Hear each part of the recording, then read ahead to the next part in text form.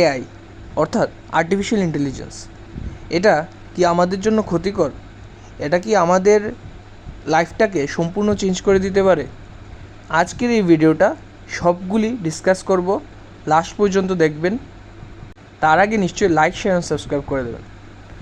Artificial intelligence অর্থাৎ AI যেমন আমরা ফ্রিতে দেখতে পারি, গুগলে গেলেই আমরা চ্যাটজিপিটি আছে, পারপ্লেক্সিটি আছে, জেমিনি এআই আছে, বিভিন্ন ধরনের এআই আমাদের ওপেন চ্যাটবট আছে, সেখানে আমরা সার্চ ইঞ্জিন আছে, সেখানে আমরা এআইয়ের মাধ্যমে সার্চ করতে পারি।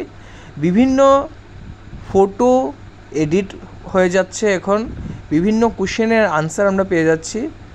সব কিছুর একমাত্র একটাই আনসার এখন এআই সহজে আমাদের সেটা প্রোভাইড করছে।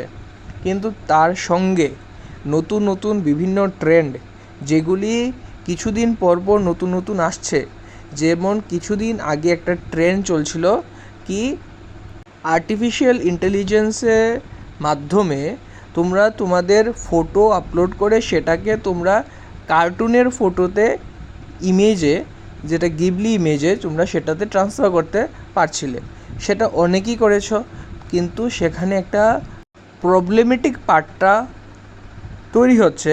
সেটা হচ্ছে আমরা আমাদের পার্সোনাল লাইফের যে ফটোগুলি ওপেন এআই প্ল্যাটফর্মে শেয়ার করছি, সেটা কিন্তু পরবর্তী সময়ে যে কোনো কেউ সেটার ভুল ব্যবহার করে সেটাকে আমাদের ফিউচারটাকে বরবাদ করতে পারে।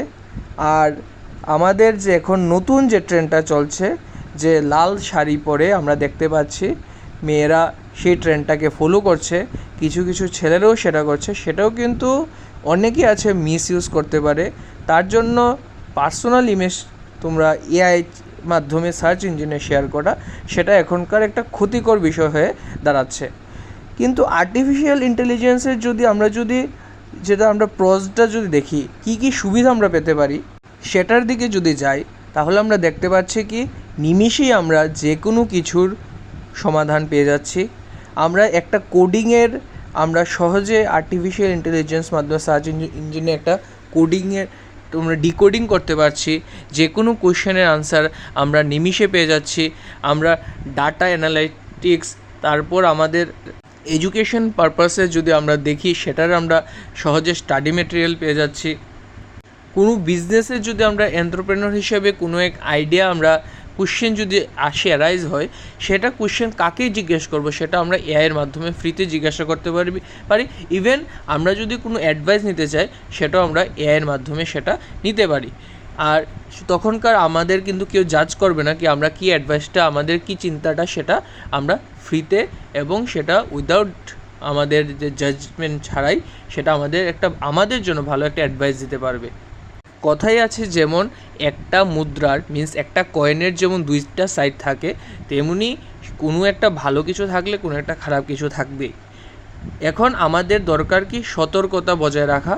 আমাদের পার্সোনাল কোনো ফটো, পার্সোনাল কোনো ভিডিও এআই প্ল্যাটফর্মে শেয়ার করা থেকে আমাদের বিরত থাকা দরকার।